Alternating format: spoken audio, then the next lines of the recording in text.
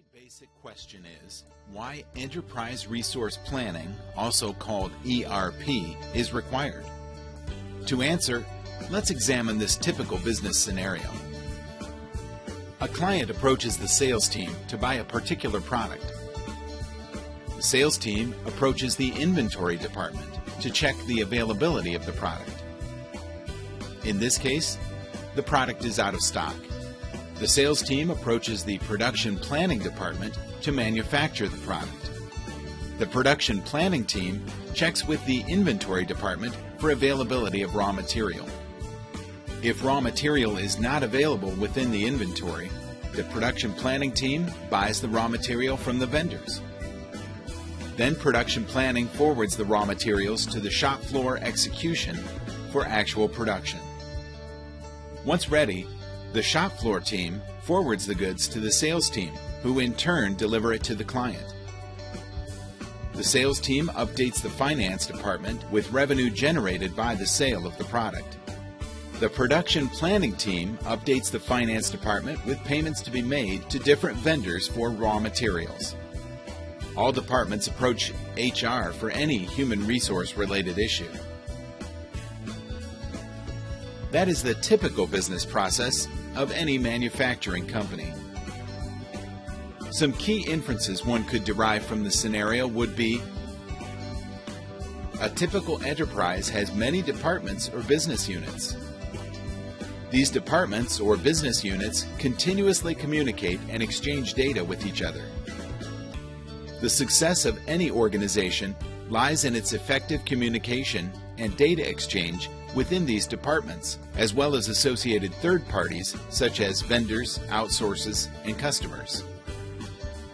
Based on the manners in which communication and data exchange is managed, enterprise software systems can be broadly classified as decentralized systems or centralized systems, which are also called ERP. Let's look at decentralized systems first. In a company with a decentralized system of data management, data is maintained locally at the individual departments. Departments do not have access to information or data of other departments. To identify the problems arising from decentralized enterprise management systems, let's look at the same business process again. The customer approaches the sales team for a product, but this time he needs the product on an urgent basis. The sales team do not have real-time information access to the product's inventory. So they approach the inventory department to check the availability of the product. This process takes time and the customer chooses another vendor, leading to loss of revenue and customer dissatisfaction. Now suppose the product is out of stock and the sales team approaches the production planning team to manufacture the product for future use. The production planning team checks the availability of the raw materials required. Raw material information is separately stored by production planning as well as the inventory department. Thus, data maintenance cost goes up. A particular raw material required to manufacture the product is available in the inventory, but according to the database of the production planning team, the raw material is out of stock. So they go ahead and buy the raw material. Thus, material as well as inventory costs go up. Once the raw material is available, the shop floor department suddenly realizes they are short of workers.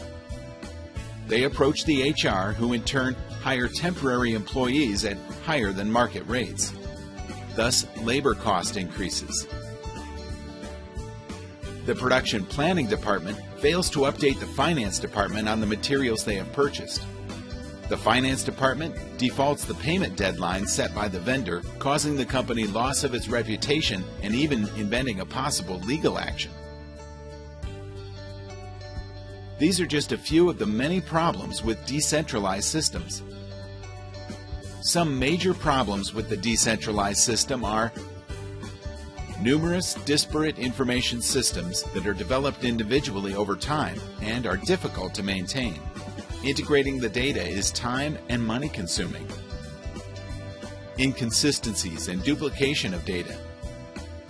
Lack of timely information leads to customer dissatisfaction, loss of revenue, and reputation. High inventory, material, and human resource costs. These are just some of the major drawbacks for which we need a solution. Well, the solution lies in centralized systems, that is ERP. In a company with a centralized system of information and data management, data is maintained at a central location and is shared with various departments. Departments have access to information or data of other departments. Let's look at the same business process again to understand how a centralized enterprise system helps overcome problems posed by a decentralized enterprise system. In this case, all departments update a central information system. When a customer approaches the sales team to buy a product on an urgent basis, the sales team has real-time information access to the products in inventory, which is updated by the inventory department in the centralized system. The sales team responds on time, leading to increased revenue and customer delight. In case manufacturing is required, the sales team updates the centralized database. Production planning department is auto-updated by the centralized database for requirements. The production planning team checks the availability of the raw materials required via central database, which is updated by the inventory department. Thus, data duplication is avoided and accurate data is made available. The shop floor team updates their manpower status regularly in the central database, which can be accessed by the HR department. In case of a shortage of workforce, the HR team starts recruitment process with considerable lead time to hire a suitable candidate at market price. Thus, labor costs go down.